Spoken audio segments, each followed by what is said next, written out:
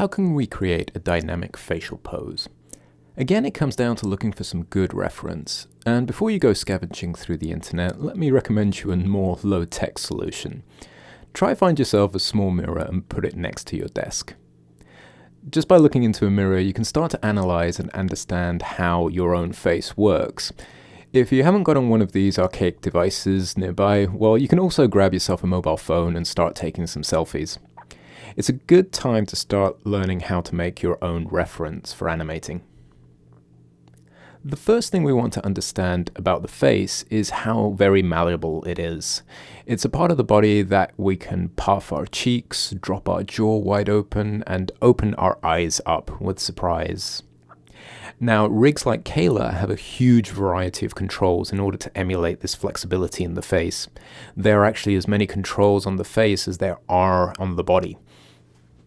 So when we are creating an expression of surprise, we're actually stretching the face outwards. We want to make sure that there's a lot of white around the eyes, so as the eyelids lift up, we're also raising the eyebrows as well. Think about it as a push and pull on the features. As the jaw drops down, it also calls on the nose to be pushed down slightly along with the cheeks.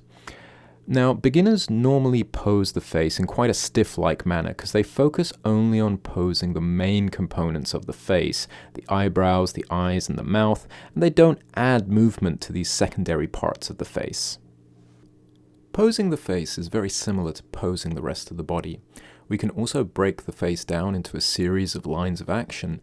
However, instead of looking at lines of actions as a collection of joints, like in the body, we'll be looking at the lines that the features of the face make. One of the main features is the axis that goes down the face. It's a line we can draw down vertically through the brow, through the nose, and out through the chin.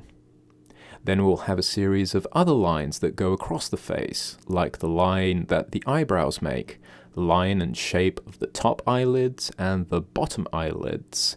And we can also have another line for the top lip and the bottom lip as well. By looking at the angles and shapes we make with these lines, we can make the character's face feel less symmetrical and more fleshy and lifelike. Now, the Kayla rig also allows us to grab the eyes, mouth, and other features and actually move them around the face as well, which allows us to pose our expressions even better. In this pose with Kayla, we're really trying to push the asymmetry to her and give her a cocky and smug expression. Notice how the lines of action of the features are all at an angle, so the face is squashed on camera right and stretched on the other side. As we develop our skills, we want to be confident in showing the face in a wider variety of expressions that will always match the acting choices we make for the character. Anytime we're trying to describe the emotions in our poses, it's a good time to think about intensity of these emotions and cliché. A cliché is an action that we've seen many times, to the point that it's so common that it's kind of lost its acting impact. A typical example would be if somebody is nervous, we would just lower their eyebrows and make them look slightly away.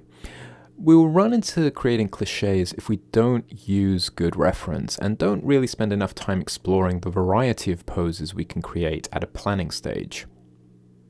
It's very important for me to explain to you that emotions have levels of intensity to them, and that if we're creating our poses, we should think about how intense these emotions are. If Kayla is embarrassed, is she slightly embarrassed because she's walked into the wrong room? Is she mortified for being caught cheating on an exam? Or is she embarrassed to the point of being so humiliated that she literally wants to feel like she wants to die? We all feel emotions in different ways, and we should explore different ways of portraying these emotions. In these situations, context is key.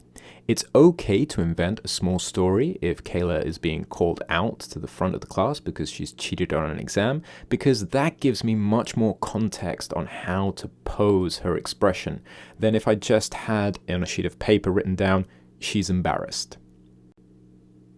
Again, we're taking advantage of squeezing the face and pushing the features down. We'll raise up the shoulders as well, and we'll give her a look again which is in context to what I understand the emotion of embarrassment being like. Now, as animators, we want to develop this confidence in being able to create a variety of emotions. And some animators recommend a good way of starting out is to be able to design the generic emotions like sadness, anger, happiness, fear, disgust, surprise, and contempt. Now, as human beings, we like grouping things into small groups because it makes things rational and easy for beginners to start exploring. However, by creating these small groups, we're really limiting the amount of expressions that our characters could portray. We already talked about how all these emotions can have different levels of intensity, but what happens if we have to create a character who's bored? This doesn't necessarily fall into any of these general emotions from my point of view. But what's happening is that we're getting more specific with our creative palette. When you're starting out, it's perfectly fine to have a small set of cliché expressions that you can come back to again and again. However, as you learn more and you practice more animation, you should make a conscious effort of expanding the range of emotions you can create, mostly by observing reference and adding to your studies. Now, one more thing I wanted to point out in all of these poses is that I've been focusing on posing the face. However, I want you to notice that I also pose the character's chest, shoulders, and neck. To make the pose more appealing, it's important to pose the controllers that are just under the camera frame.